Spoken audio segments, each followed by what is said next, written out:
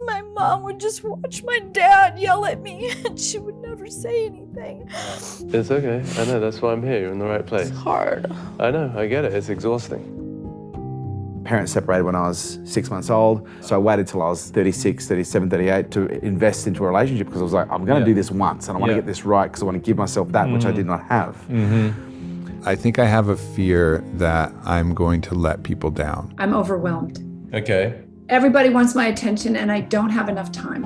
It bothers me sometimes. I just feel that people always judge me and there's just a lot of misconceptions and Oh, I can handle being treated like shit, emotional abuse or anything that's gone on. So look at the words you use, like I can handle the emotional abuse and whatever it is. And people might describe you as like, oh no, she's awesome, she's tough, would probably be a word. And you look at your career, like that speaks to somebody whose persona has become very robust. But that doesn't speak to what's beneath it. As I tell people, just because it's familiar doesn't mean it's healthy. Right, And totally.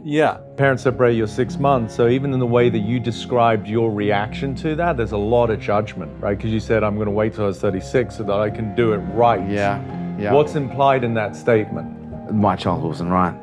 I would assert you think that you feel the way that you feel because of everything that's happened. No, who you are today is because you keep dragging what happened with you into a new moment. You haven't reconciled and actually let go of what happened. But I want you to consider, as dramatic as the thought of it is, that what happened was precisely what was meant to happen in your life. I've never thought about it like that. Because again, what happened at that moment couldn't have happened any other way. Why? Because it didn't. Right, but I want you to embrace it, right? Because there's a lot here for you. You've got a massive heart, but there's a little veil. It's behind your eyes. You can see it. You can feel it. That is a kid who felt that it was incumbent upon him to not let people down. And that's way too much pressure for any human being to carry. So if you're walking around as a human being with such a derogatory view of yourself, then you have to manifest circumstances to reflect that until you start to recognize the view of yourself is not true.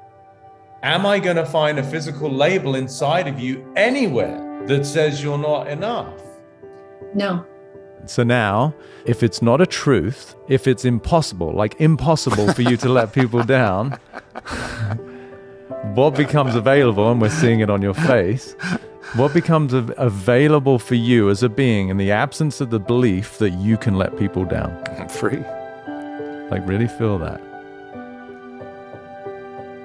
The dismissal that you experienced through your mom was a perfect energetic mirror for the soul incarnation that you have, because that's what you've been doing to yourself. Totally. And then you had the audacity, no fault, and I'm using a big word, but to think it was because of her. But now it's a blind spot, so there's no blame for either of you, but now there can be that joyous laugh of like, wow, that's just ridiculous. Right. I want you to consider, you wouldn't be here today, you wouldn't be having this conversation with me if it weren't for the fact that your parents separated when you were 6 months. And for that reason, not only is it not wrong, it's actually a blessing. It's pretty epic. That's pretty freaking epic. It's just the beginning. Yeah. Thank you. You are an incredible individual, Peter. Well, thank you. I feel very blessed for our paths to have crossed. Thank you for helping me. Of course. Thank you for being so open, my dear. Drop the mic. There isn't one, but you can drop it.